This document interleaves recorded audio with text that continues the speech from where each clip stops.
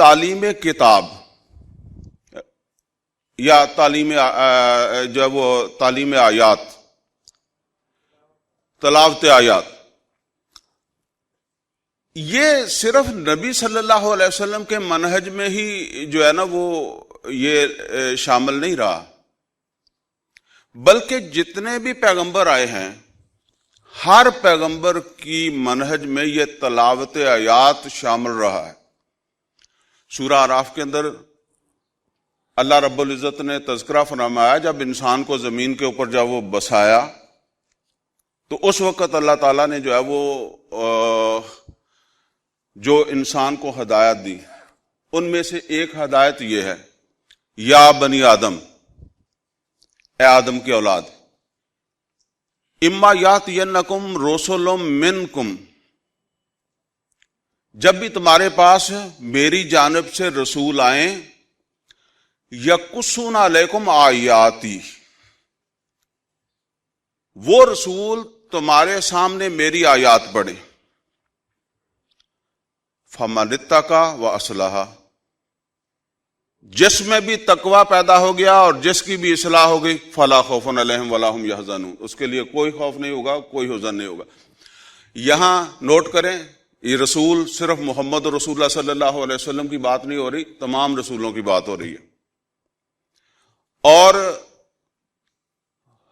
رسولوں نے آ کر جو کام کیا وہ کیا ہے، یقصون علیکم آیاتی، وہ تمہارے سامنے میری آیات پڑھیں گے، اور ان آیات کا نتیجہ کیا ہے؟ ان آیات کا نتیجہ ہے فمن اتقی واصلح، کسی کی اصلاح ہو گئی اور کسی کے اندر تقوی پیدا ہو گیا اور کوئی رہ گیا، محروم رہ گیا۔ جس کے اندر تقوی پیدا ہو گیا، جس کی اصلاح ہو گئی، فلا خوف علیہم ولا هم یحزنون۔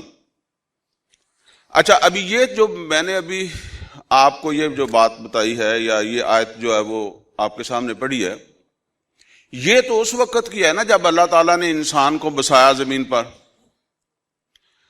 اب بالکل آخر پہ چلے جائیں، سورہ نحل کے اندر جو ہے نا وہ آیت ہے، جب جنتی جنت میں چلے جائیں گے، آخری منظر یہی ہے نا، جنتی جنت کی طرف چلے جائیں گے اور جہنمی جہنم کے دروازے تک جب وہ پہنچ جائیں گے۔ اب جب وہ جہنم کے دروازے پر پہنچیں گے تو جہنم کا وہ چوکیدار یا دروغہ فرشتہ وہ اتنے سارے لوگوں کو دیکھ کر حیران ہو جائے گا کہ یہ سارے عقل سمجھ کے بغیر ہی تھے۔ وہ ان سے ایک سوال کرے گا، اور وہ سوال کیا ہے؟ الم یاتکم رسل منکم، کیا تمہارے پاس تمہیں میں سے رسول نہیں آئے تھے؟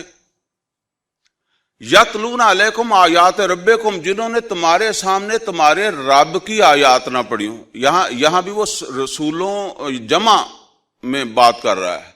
کہ ایسے، کیونکہ جہنم کے دروازے پر جانے والے صرف حامی میں سے نہیں ہوں گے، وہ تو شروع سے لے کر جب وہ آخر تک جو بھی دنیا کے اندر انسان آئے نا، ان میں سے ہوں گے نا۔ تو رسول آتے رہے تو وہ ان سے کہے گا کہ کیا تمہارے پاس رسول نہیں آئے تھے جنہوں نے تمہارے سامنے جب اللہ کی آیات پڑھی ہوں؟ وَيُنذِرُونَكُمْ لِقَاءَ يَوْمِكُمْ هَذَا، اور آج کے اس انجام سے تمہیں آگاہ نہ کیا ہو۔ تو جو ہے نا وہ اینڈ پر بھی یہی بات ہے کہ وہ آیات تم نے سنی تھی یا نہیں سنی تھی۔ اب دیکھیں، ویسے تو بہت ساری آیات ہیں نا، ایک تو آیت ہم میں سے یہاں سب کو آتی ہوگی، یا ایھا الرسول بلغ ما انزل الیک من ربک، اللہ تعالیٰ نے نبی صلی اللہ علیہ وسلم کو حکم دیا کہ جو ہم نے آپ پر نازل کیا ہے اس کا ابلاغ کر دیں، اس کی جو ہے وہ تبلیغ کر دیں۔ اور اسی طرح سورہ نمل کے اندر بھی جو ہے وہ ایک مقام کے اوپر اللہ تعالیٰ نے نبی صلی اللہ علیہ وسلم سے فرمایا، اے نبی آپ ان سے کہیں کہ اللہ تعالیٰ نے مجھے حکم دیا، وَأُمِرْتُ أَنْ أَكُونَ مِنَ الْمُسْلِمِينَ وَأَنْ أَتْلُوَ الْقُرْآنَ، کہ مجھے حکم دیا گیا ہے کہ میں فرما بردار بن جاؤں، مسلمان بن کر رہوں، اور دوسرا مجھے حکم دیا گیا ہے کہ میں قرآن سناتا رہوں، کیونکہ مکے والے نہیں سننا چاہتے تھے نا، تو مجھے حکم دیا گیا کہ میں قرآن سناتا رہوں۔ اب یہ سمجھ لیں جی، یہ میں نے جو ابھی تک گفتگو کی ہے، اس میں جو بات آپ سے کہنا چاہ رہا ہوں وہ یہ ہے کہ اگرچہ تمام انبیاء جو ہیں ان کی منہج میں اللہ تعالیٰ کی آیات کو ذریعہ بنایا گیا تبلیغ کا اور دعوت کا،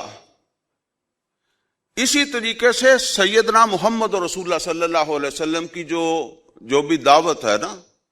کیونکہ دعوت کی بات کر رہے ہیں نا، دعوت کا مدار جو ہے نا وہ قرآن ہے، خواہ وہ دعوت ہو، تبلیغ ہو، انذار ہو، تبشیر ہو، تزکیہ ہو، یہ سارے کا سارا نبی کریم صلی اللہ علیہ وسلم نے قرآن حکیم کے ذریعے سے جو ہے وہ یہ فرمایا۔